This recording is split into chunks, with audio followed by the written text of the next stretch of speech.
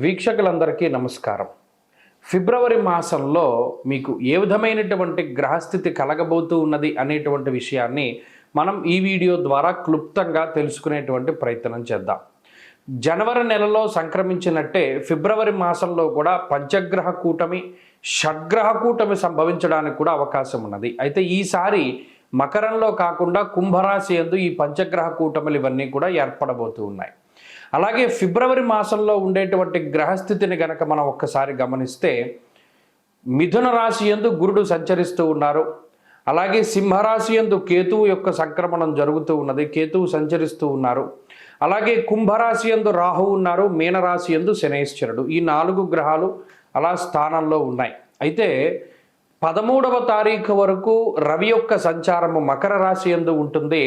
13వ తారీఖు తదుపరి రవి యొక్క సంచారము కుంభరాశిలోకి వెళుతోంది. ఇది ఒక్క విషయాన్ని మనం పరిశీలన చేస్తే కుంభరాశిలో ఇప్పటికే రాహు యొక్క సంచారం ఉన్నది.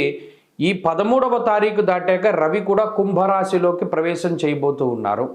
రవి రాహువులు కలిసి ఉండడం వల్ల అది పితృదోషకారకంగా మనం చెప్పుకోవచ్చును. జనరల్గా అయితే రవి రాహువు కలిసినప్పుడు సూర్యగ్రహణాదులు ఇవన్నీ ఏర్పడుతూ ఉంటాయి. అయితే ఈసారి మన భారతదేశంలో ఏ గ్రహణాలు కూడా ఇప్పుడు కనబడడం లేదు. కాబట్టి గ్రహణ సంబంధమైన విషయాలపై మనం భయపడవలసినటువంటి అవసరం లేదు. కానీ ఇక్కడ రవి రాహువులు కలిసి ఉంటే పితృదోషము వస్తుంది. ఈ 13వ తారీఖు తదుపరి ఫిబ్రవరి మాసంలో ఎవరైతే జన్మించబోతూ ఉన్నారో ఆ శిశువుల పైన ప్రభావం పడుతుంది. అందువల్ల ఎవరైనా ఫిబ్రవరి మాసంలో ఏదైనా సిజేరియన్ ముహూర్తాలు వీటి గురించి అడిగేటువంటి వాళ్ళు చాలామంది ఉంటారు. వాళ్ళకి సూచనప్రాయంగా ఒక మాట ఏమిటి అంటే 13వ తారీఖు లోపులో వీలుంటే కొంచెం పరిస్థితులు అవి సానుకూలంగా ఉంటే ఈ సిజేరియన్ అవి కూడా ముహూర్తాలు మీరు చేసుకోవచ్చును.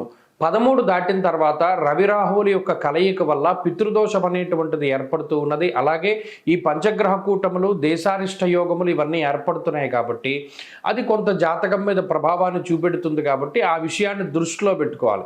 మరీ కాంప్లికేట్ అయిపోతే మాత్రం అంటే ఈ లోపులోనే చేసేసుకోమని కాదు. ఏమన్నా అవకాశం ఉంటే మీకు అవకాశం ఉంటే 13 లోపులో ఈ సిజేరియన్లు ఇవన్నీ కూడా చేయించుకోవడం ద్వారా పితృదోషాదులు రాకుండా ఉంటాయి.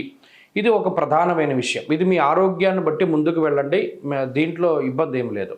ఇంకొకటి ఏంటి అంటే శుక్రబుధులు కూడా కుంభరాశి అంతే సంచరించబోతూ ఉన్నారు. అంటే ఇక్కడ 4 గ్రహాలు, రాహుగ్రహము, రవిగ్రహము, శుక్రగ్రహము, బుధగ్రహము, వీటితోటి చంద్రుడు కలిసిన లేదా ఈ మాసం చివరిలోనే కుజుడు కూడా కుంభంలోకి వెళ్ళబోతూ ఉన్నారు. ఈ 5 గ్రహాలు వెరసి చంద్రుడితోటి కలిపి షడ్గ్రహ కూటమి కుంభరాశిలో ఏర్పడబోతూ ఉన్నది. కాబట్టి ఈ గ్రహస్థితి వల్ల ఈ మాసంలో అటు దేశకాలమాన పరిస్థితులు ఎక్కువగా ప్రభావితం చెందబోతూ ఉన్నాయి. దేశారిష్ట యోగం అనేటువంటిది పట్టబోతూ ఉన్నది. ఎందుకంటే అటు కుజరాహువుల యొక్క కలయిక, అలాగే రవి రాహువుల యొక్క కలయిక ఇవన్నీ కూడా దేశారిష్ట యోగాలుగా చెప్పబడ్డాయి.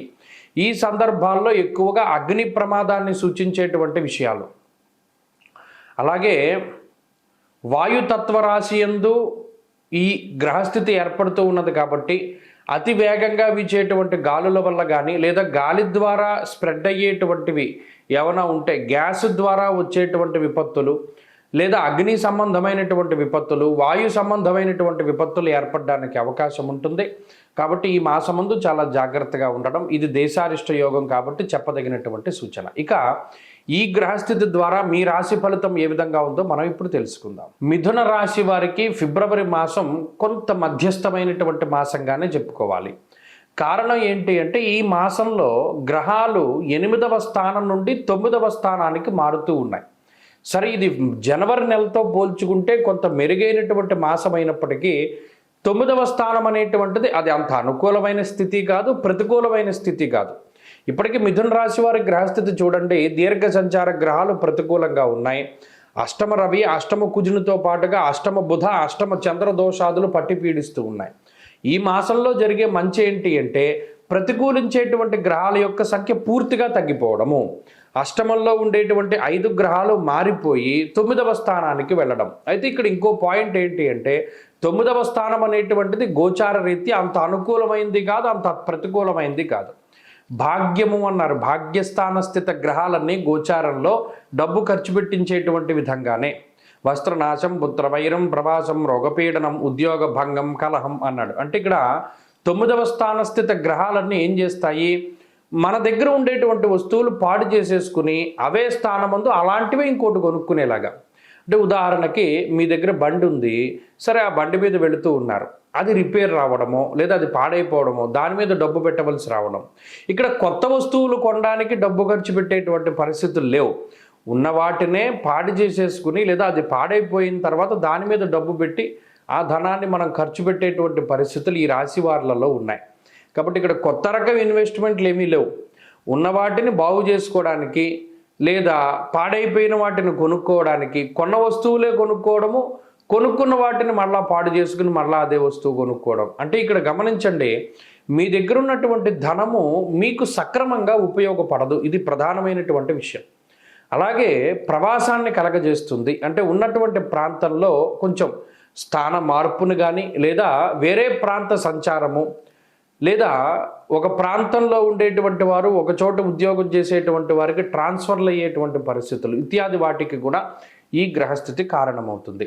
అంతేకాక కుటుంబ సభ్యులతో విభేదాన్ని ఈ గ్రహస్థితి ఎక్కువగా సూచిస్తుంది. అంటే మీరు పలానాది ఈ పని మంచిది మనం ఎలా చేద్దామని మీరు చెప్పినప్పటికీ ఆ కుటుంబ సభ్యులు దాన్ని వ్యతిరేకిస్తూ ఉంటారు. అబ్బే మేము ఎలా చేయదలుచుకోవట్లేదు, మేము మీతో ఏకీభవించం అని మొహం మీదే చెప్తూ ఉంటారు. అది ఒకంత ఇబ్బందిని కలగజేస్తుంది. కాబట్టి ఈ రకమైనటువంటివి ఈ మాసంలో ఎక్కువ జరుగుతాయి.